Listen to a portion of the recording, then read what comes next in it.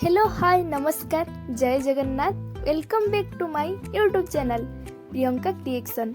आज चलंतु कोणार्क मंदिर बुली जिबा एवं कोणार्क मंदिर रे कौन रहस्य लुचि रही चलंतु जानिबा। आपण तो प्राय कोणार्क मंदिर विषय रे किछि किछि जानिथिबे, तथापि मु आज आउ किछि आपण माननकु एही वीडियो रे जणाई देबी। विश्वर प्रथम सूर्य मंदिर हेउछि कोणार्क सूर्य मंदिर। ଏହି ମନ୍ଦିରର ନିର୍ମାଣକର୍ତ୍ତା ହେଉଛନ୍ତି ଗଙ୍ଗବଂଶର ମହାରାଜ ଲାଙ୍ଗୁଳା ନରସିଂହ ଦେବ। ସେ ଏହାକୁ 1300 ଶତାବ୍ଦୀରେ ନିର୍ମାଣ ପାଇଁ 1200 ବଢ଼େଇଙ୍କୁ ନିର୍ଦ୍ଦେଶ ଦେଇଥିଲେ। ବିଶ୍ୱର ସପ୍ତ ଆଶ୍ଚର୍ଯ୍ୟ ଭିତରେ କୋଣାର୍କ ସୂର୍ଯ୍ୟ ମନ୍ଦିରର ନାମ ଲିପିବଦ୍ଧ ଅଟେ। ଏହି ମନ୍ଦିରର ଆକୃତି ପ୍ରାୟ ସୂର୍ଯ୍ୟଙ୍କ ରଥ ପରି, ଯେଉଁଥିରେ ପଥର ନିର୍ମିତ ଚକ, ସ୍ତମ୍ଭ ଓ କାନ୍ଥ ରହିଛି। ଆଜିକି ପ୍ରାୟ 800 ବର୍ଷ ତଳର କଥା। ଲାଙ୍ଗୁଳା ନରସିଂହ ଦେବ ନାମରେ ଜଣେ ରାଜା ଓଡ଼ିଶାରେ ରାଜୁତି କରୁଥାନ୍ତି। ସେ ସୂର୍ଯ୍ୟଙ୍କର ପୂଜା ପାଇଁ ସୁନ୍ଦର ମନ୍ଦିରଟିଏ ତୋଳିବାକୁ ଇଚ୍ଛା କଲେ। ରାଜାଙ୍କ ଆଦେଶରେ ସାରା ରାଜ୍ୟରେ ଅନେକ କାରିଗର ଆସି ଠୁଳ ହେଲେ। ସେମାନଙ୍କ ଭିତରୁ 1200 ଭଲ ଭଲ କାରିଗରଙ୍କୁ ବଛାଗଲା। ସେତେବେଳେ ପଥରରେ ସୁନ୍ଦର କାମ କରି ଓଡ଼ିଶାର କାରିଗରମାନେ ନାଁ କରିଥିଲେ। ସେତେବେଳେ ତ ସିମେଣ୍ଟ ନଥାଏ। ପଥରକୁ ଯୋଡ଼ିବା ପାଇଁ ଏକ ପ୍ରକାର ଚୂନ ବ୍ୟବହାର କରାଯାଉଥିଲା।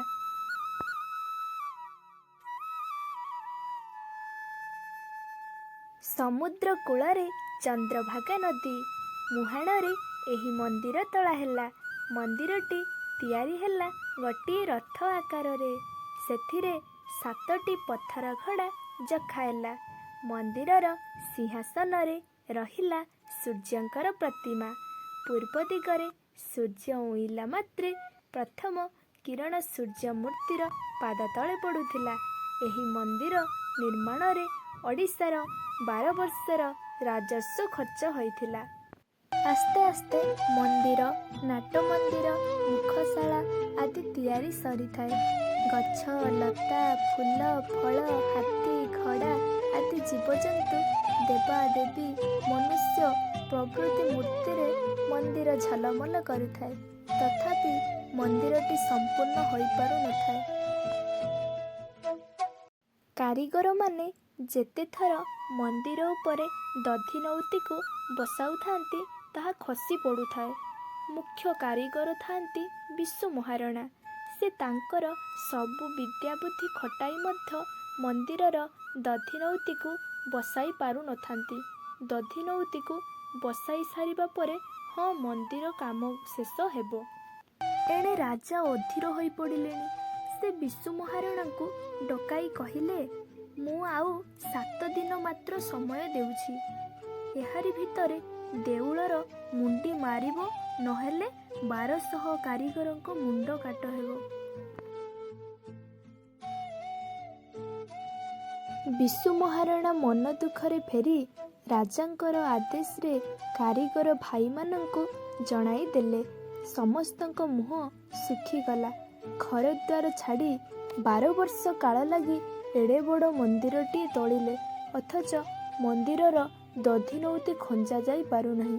ସେଥିପାଇଁ ସମସ୍ତଙ୍କ ମୁଣ୍ଡ କାଟ ହେବ। ବିଶୁ ମହାରଣା ଦେଉଳ ତୋଳିବାକୁ ଘରୁ ଆସିବା ବେଳେ ତାଙ୍କର ପୁଅଟିଏ ହୋଇଥାଏ। ପୁଅର ନାଁ ଦିଆ ହୋଇଥାଏ ଧର୍ମପଦ, ଡାକ ନାଁ ଧରମା। ତାକୁ ଯେତେବେଳେ 12 ବର୍ଷ, ସେ ବାପାଙ୍କ ପାଖକୁ ଯିବା ପାଇଁ ଅଳି କଲା। ଧରମାକୁ ଏକୁଟିଆ ଛାଡ଼ିବା ପାଇଁ ମା ପ୍ରଥମେ ଅମଙ୍ଗ ହୋଇଥିଲେ, ମାତ୍ର ଯିବା ପାଇଁ ପୁଅର ଜିଗର ଦେଖି ମନା କରି ପାରିଲେ ନାହିଁ। ଧରମାକୁ କାଳେ ଏତେ ଦିନ ପରେ ବିଶୁ ଚିହ୍ନି ପାରିବେ ନାହିଁ, ସେଥିପାଇଁ ସାଥିରେ ବାଡ଼ି ବରକୋଳି କିଛି ଦେଇଥାନ୍ତି। ଧରମା ପଚାରି ପଚାରି କୋଣାର୍କ ଗଲା। ପୁଅ ବିଶୁ ମହାରଣାଙ୍କୁ ଠାବ କଲା। ବିଶୁ ମହାରଣା ନିଜ ବାଡ଼ି ବରକୋଳି ଦେଖି ପୁଅକୁ ଚିହ୍ନି ପାରିଲେ। ଆନନ୍ଦରେ ତାକୁ କୁଣ୍ଢାଇ ପକାଇଲେ। ଧରମା ଦେଖିଲା ବାପାଙ୍କ ମନରେ ସୁଖ ନାହିଁ। ସେ ତାହାର କାରଣ ପଚାରି ବୁଝିଲା। ରାତି ପାହିଲେ ବିଶୁ ମହାରଣା ସହିତ 1200 କାରିଗରଙ୍କର ମୁଣ୍ଡ କାଟ ଏକଥା ଜାଣି ଧରମାର ମନ ବିକଳ ହୋଇ ଉଠିଲା। ଧରମା ବି କାରିଗର କୁଳର ପିଲା, ତାକୁ ମଧ୍ୟ କାରିଗରୀ ବିଦ୍ୟା ଜଣାଥିଲା। ଦଧିନଉତି ବସାଇ ମନ୍ଦିରର ମୁଣ୍ଡି ମାରିପାରିବ ବୋଲି ଧରମାର ସାହସ ହେଲା। ସେ ବାପାଙ୍କ ଠାରୁ ଅନୁମତି ନେଇ ମନ୍ଦିର ଚୂଳକୁ ଉଠିଲା। ରାତି ରାତି ମାପଚୁପ କରି ଦଧିନଉତି ବସାଇ ଦେଲା। ସକାଳ ହେବା ଆଗରୁ ଦେଖାଗଲା ମନ୍ଦିର କାମ ଶେଷ।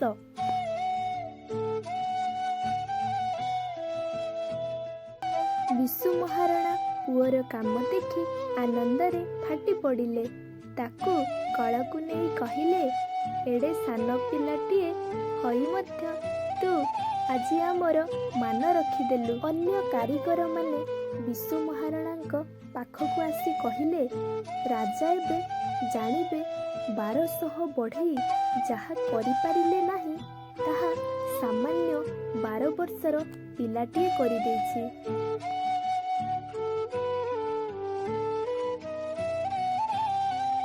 ସେ ନିଶ୍ଚୟ ଆମ୍ଭମାନଙ୍କର ମୁଣ୍ଡକାଟର ଆଦେଶ ଦେବେ।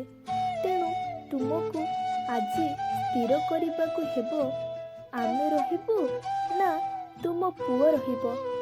ତୁମେ 1200 ବଢ଼େଇରେ ଦାଏ ନା ପୁଅରେ ଦାଏ? ବିଶୁ ମହାରଣା ବଡ଼ ଦ୍ୱନ୍ଦ୍ୱରେ ପଡ଼ିଲେ। ପୁଅ ପାଇଁ କ'ଣ 1200 ବଢ଼େଇ ମରିବେ?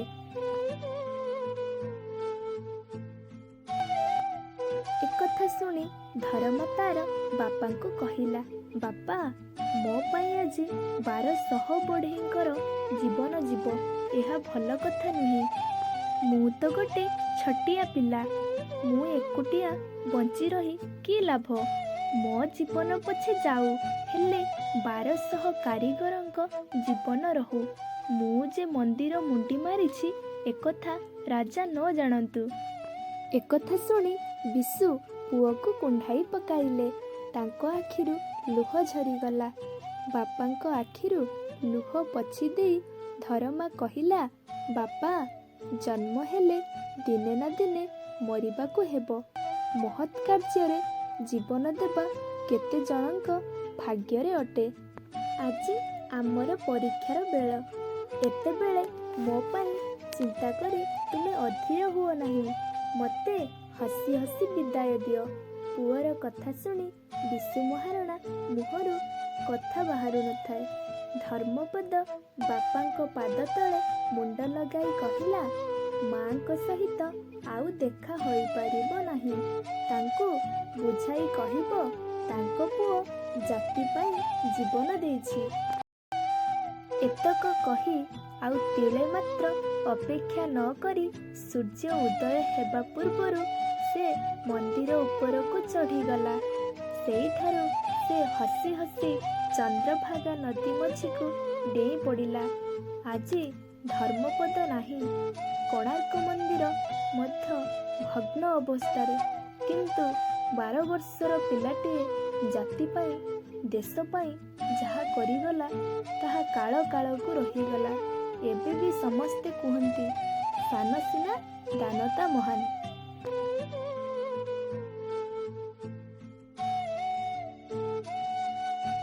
ସୋ ଗାଇଜ୍, ଯଦି ଭିଡ଼ିଓଟି ଭଲ ଲାଗିଥାଏ ଲାଇକ୍, କମେଣ୍ଟ, ସେୟାର କରିବା ପାଇଁ ଭୁଲିବେ ନାହିଁ। ଜୟ ଜଗନ୍ନାଥ। ରହିଲି।